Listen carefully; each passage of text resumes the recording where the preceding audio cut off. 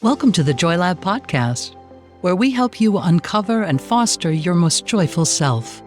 Your hosts, Dr. Henry Emmons and Dr. Amy Prasek, bring you the ideal mix of soulful and scientifically sound tools to spark your joy, even when it feels dark.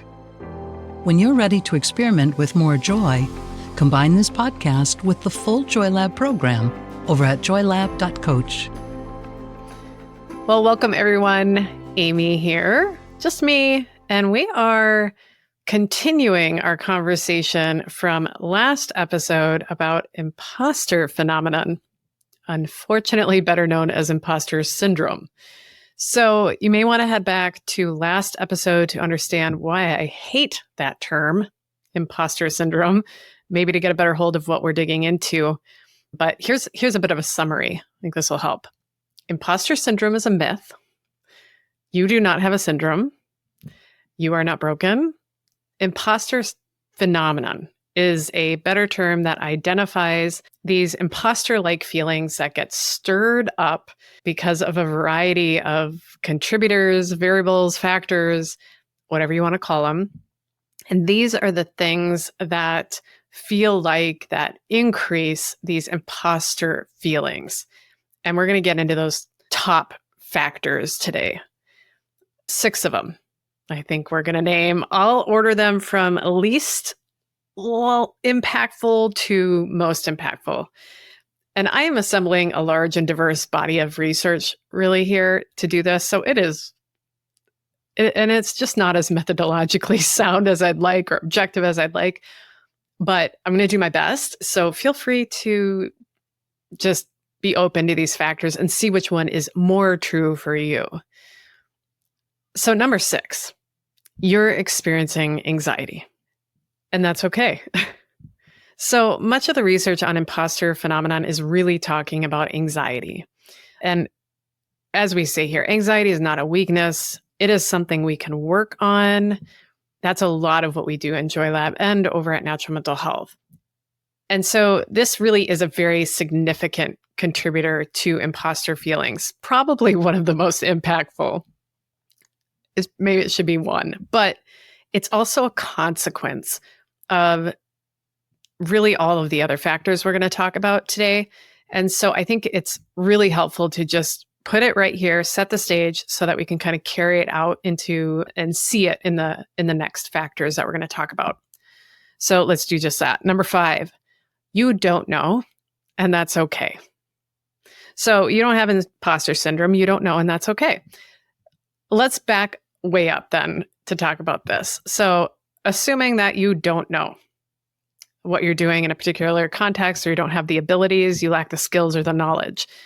And so that's actually not within this true or, golden definition of what imposter phenomenon is, which I actually think is an oversight, because this is where imposter feelings can really show up as well. So not knowing something, not being able to do something, that doesn't mean you're an imposter.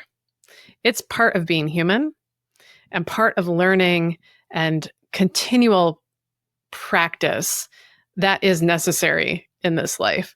But that is not the message that we often get, right? There is a lot of pressure to know everything, to not admit that you don't know, to avoid being perceived as not knowing exactly the right answer at every moment. That kind of pressure we put on ourselves and others is really damaging. And it really makes us all feel like frauds.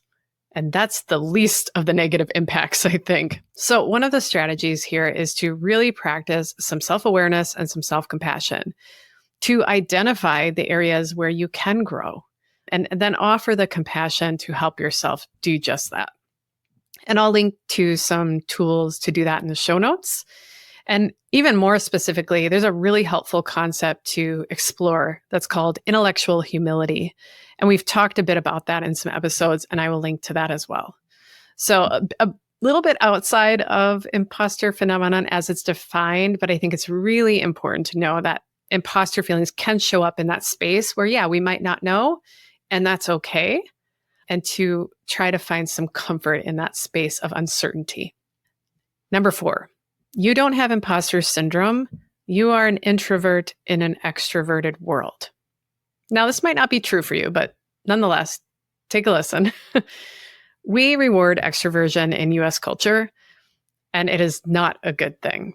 To reward extroversion, dismissing the skills, the benefits that introverts offer, it is rewarding one way of showing up in the world at the cost of the other, and it creates an imbalance that ignites a lot of problems. And that's not to say extroversion is bad, introversion is good, or the other way around.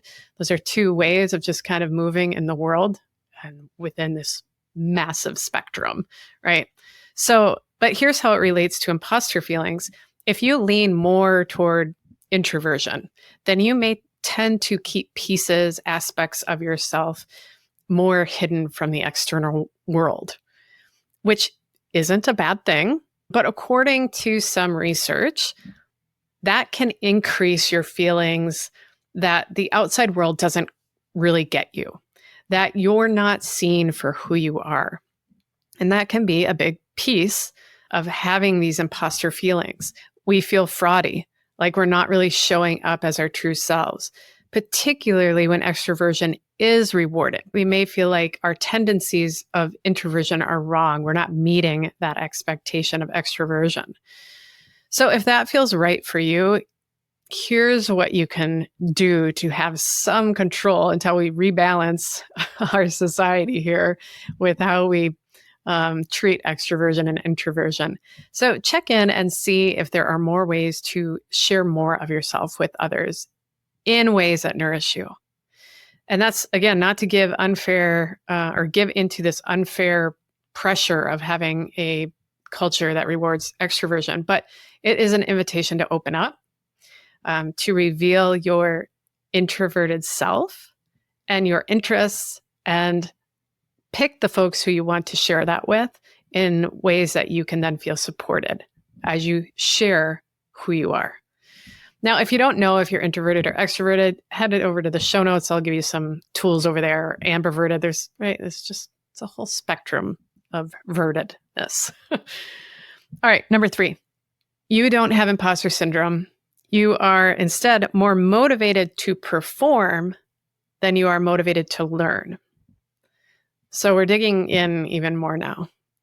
This factor is also generally linked up to having a fixed mindset versus a growth mindset, if you're familiar with that kind of language. And so much of this research is coming from Dr. Carol Dweck. She did a lot of that growth mindset research. So I'm going to pull from her work to explain this. So here's the idea. If we have a belief that our intelligence, our abilities even are fixed, that they are more unchangeable than they are changeable, then we are more likely to be motivated by what are called performance goals, which means that we feel more motivated by external applause, by the approval from others. And we may feel a stronger drive to prove to others that we know something or that we can do something. On the other hand, if you have a more growth mindset, you believe intelligence is more malleable. Old dogs can learn new tricks. If you fall there, then it's more likely you're motivated by learning goals. That means your motivation is more fueled by just that, by learning to increase your knowledge or skills rather than learning to prove something to someone else. And in Dweck's research, she has found that folks who are more motivated by performance goals and who likely have more of that fixed mindset react to failure really differently than folks who are more motivated by learning goals. Mainly, performance goal motivation is associated with a tendency to react to failures or mistakes in a more helpless way. So we're more likely to withdraw from the challenge in that scenario. We're more likely to blame ourselves for not achieving, like as the sole responsibility. And here's the kicker. There's a surge of anxiety and shame that kind of clouds over us amidst this. On the other hand, if you are more motivated by learning goals, then you're more likely to respond to a perceived failure in a more resilient way, that encourages you to improve or learn. And you might feel a surge of motivation, even excited to try and figure out maybe where you went wrong, like what you missed, try to fill in the blanks. And most of all, most importantly, you don't feel inadequate as often because of a mistake or failure. So this relates to imposter phenomenon because these imposter feelings can really take root here. If we're relying on others to validate our intelligence, our skills, our self-worth via those performance goals, that motivation, they can also take it away as quickly as they give it. So when they give it, then we feel as if our intelligence, our skills, we are worthy, we are enough. But when they take it away, if all of our intelligence skills are attached to that external performance motivation, when they take it away, we are not enough. We feel like an imposter. Now, if you resonate with that fixed mindset or performance goals, then yeah, this is a hallmark training that we get in US culture. These beliefs that like geniuses are born, everything's about natural talent, unicorns, overnight successes. There is a lot of attention to a bit more of this fixed mindset and these performance goals. There's a lot of messaging that perpetuates a fixed mindset.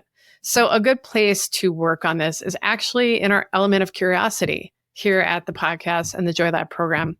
And in the program, we work on a growth mindset throughout all of our experiments, really. So I'll link to some episodes as well in the show notes that talk about kind of utilizing our element of curiosity to support more of a growth mindset. I think that'll be helpful. All right, the next factor is closely related to this one, as they all kind of are. Two, you do not have imposter syndrome, but you had to be an imposter. I might have to sit down for this one. This is a really important factor to consider. And it doesn't get discussed with imposter feelings. I think that is unfortunate. It's due time. So the research here comes from work that looked at imposter phenomenon and correlations with a scale called the family environment scale. This is a scale that looks at the functioning and organizational structure of a family along with the relationships between members. So I'll explain the subscales that are relevant here, and then this will all make more sense. So first, imposter phenomenon scores were negatively correlated with the cohesion and expressiveness subscales. That means the higher the imposter scores, the lower the cohesion and expressiveness scores. Let me explain. Cohesion assesses how supportive family members are of each other. And then expressiveness refers to really the degree of acceptance for each other's feelings. So it is more likely that folks who feel more imposter feelings, it is more likely that they have grown up in a family environment that was not as supportive of each other and that was not very open to an authentic expression of emotions or feelings. I want to give a viral example here that I hope is helpful. Disclaimer. I don't care where you fall on the political spectrum, so we'll try to bypass any immediate gut responses to this example. Let's just take it at the visual example that we were given. All right, during the Democratic National Convention back in August, Minnesota Governor and VP candidate Tim Walz gave a speech. And his family was seen in the crowd visibly crying. His son was crying, tears of joy, shouting, "That's my dad." His daughter was crying, throwing up hand hearts to her dad. They both just had this look of adoration for their dad, seeing him up on that stage. Those are really good examples of cohesion and expressiveness. The cohesion, they were supporting their dad. They looked really proud, as I said, and happy to see their dad in the spotlight, doing what he does, what he loves to do. You could tell that there was support there. And then expressiveness. those visible expressions of emotions that were not held back and that were supported by the family members, right? So the parents weren't telling the kids to toughen up or shut it down or stop crying. No, feel the feels, right? And it was contextually appropriate to feel those feels. It was a big moment, and big emotions would make sense. And we can navigate them in healthy ways when we are allowed to feel them. That's so important. That depiction of that family, at least in the video that went viral, I think that depicts what very much looks like a family who would score highly in cohesion and expressiveness, which would also mean the family would probably score lower on imposter feelings. Those kids would score lower on imposter feelings. On the flip side, there were folks who, interestingly, were critiquing that video, saying, this is demonstrating weakness. Those emotions should be suppressed, essentially. I would say those critiques are an example of folks who probably grew up in a home where emotions and support were stifled. They'd probably score low on cohesion and expressiveness and might score higher on imposter feelings, imposter phenomenon scores. I think this is really interesting. It's important to consider. So these are factors that we can work on. Once we realize we may have been parented this way or modeled this way or fallen into this trap of rigid thinking, and it is a trap. It is an imposter trap, because if we can't feel our emotions and work with them in healthy ways, then it stifles our growth. It stifles our well-being. It actually forces us to create something that's sometimes called in like psychology research or literature, a false self. We create a false self to please whoever is trying to stifle us or whoever we believe we need to prove something to in this context that we're talking about. And just that, this creation of a false self takes us away from who we are, and it amplifies imposter feelings because we are not letting folks see us, see who we are, see the ways we feel, and see the ways we move in this world. All right, I want to highlight two other subscales of the family environment scale that was associated with imposter phenomenon: the conflict subscale and the control subscale. And your gut on the relationship here is probably right with imposter feelings. The conflict subscale looks at the amount of expressed anger and then just general conflict in the family. Here's what they found. The more conflict, the more imposter feelings. The control subscale measures how strong rules and procedures guide family behaviors. And it's not that rules or procedures are all bad or something, but when you're getting higher on this scale of control, it has to do more with how the rules are formed or enforced, like who lords over them. If everything is rigid and unforgiving and under the rule of a dictator, then control is high. And imposter feelings are likely high as well. So even if you're an old dog now, you can still learn these skills to shift this factor. Even if you're parented this way, we do this in Joy Lab. This is great work as well to do in individual or group therapy to kind of share these childhood experiences. There are lots of ways to address this and ways to improve this factor, the factors that we've talked about in your life. We can significantly decrease our own imposter feelings. And if you have kids in your life, you can decrease their risk for imposter feelings as well. So, number one, you don't have imposter syndrome. We have an expectation syndrome. So I've kind of hinted toward this, I think, in some of the prior factors, but it is worth putting right here at the top, because when it comes to imposter feelings and anxiety, they can be a consequence so often of unfairly expecting too many unnecessary things from others and ourselves. So this is at the societal and individual level. Let me paint a picture. There is pressure to know all the things and never make a mistake, as we've already talked about. to never get sick, whether or not you have health insurance, get married once, have 2 kids at least, if you don't want to appear selfish, live in a Instagram-looking house with a flashy new car, wear the right clothes, show the right emotions at the right time, weigh this much, have this job. It is exhausting. And not only is it exhausting, it is impossible. When society has so many pressures that are both expected in many ways and impossible, then at best, it breeds a lot of anxiety and a lot of imposter feelings. So you are not broken. Feeling like an imposter in an impossible system or under impossible expectations that we put on ourselves is the correct feeling. You're nailing the insight. You should feel like an imposter in a system or under a set of expectations that is expecting you to conform to impossible expectations. A lot of expectations there. There's some really fascinating work here on something called infiltrator experience done by Dr. Nellie Tran that relates. I'll link to their article in the show notes. The idea here is that you are not an imposter.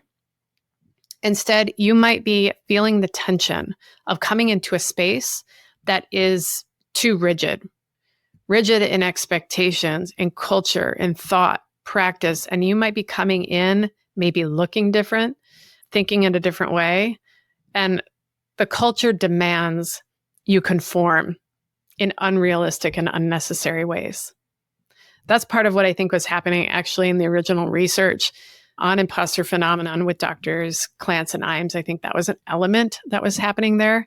And thankfully, we're realizing that these kinds of rigid environments, they are toxic for individuals, no matter where you are in the system, no matter who holds power. They're bad for business.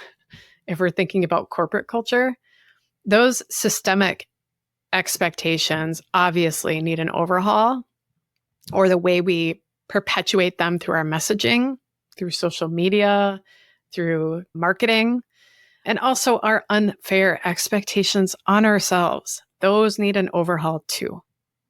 And that is all work we can do. And all of these factors, every single one, we can address these bit by bit, all 6 of these. We can create really meaningful change so that these imposter feelings hold us down less, show up less. So I hope you've found something helpful here through these 6 factors, one that resonates more with you that you can then take some action on. I know this is a tough topic. It's mired in so many different contributors and outcomes that impact our lives in so many different ways. It can be hard to know where to start, but I hope this has been helpful to find a place where you can take a step. So to close our time, I want to share some wisdom from author and teacher Sharon Salzberg. I think it is the most important step you can take right now if you're feeling imposter feelings. Here it is. You yourself, as much as anybody in the entire universe, deserve your love and affection. Thank you for listening to the Joy Lab podcast. If you enjoyed today's show, visit joylab.coach to learn more about the full Joy Lab program. Be sure to rate and review us wherever you listen to your favorite podcasts. Please remember that this content is for informational and educational purposes only. It is not intended to provide medical advice and is not a replacement for advice and treatment from a medical professional.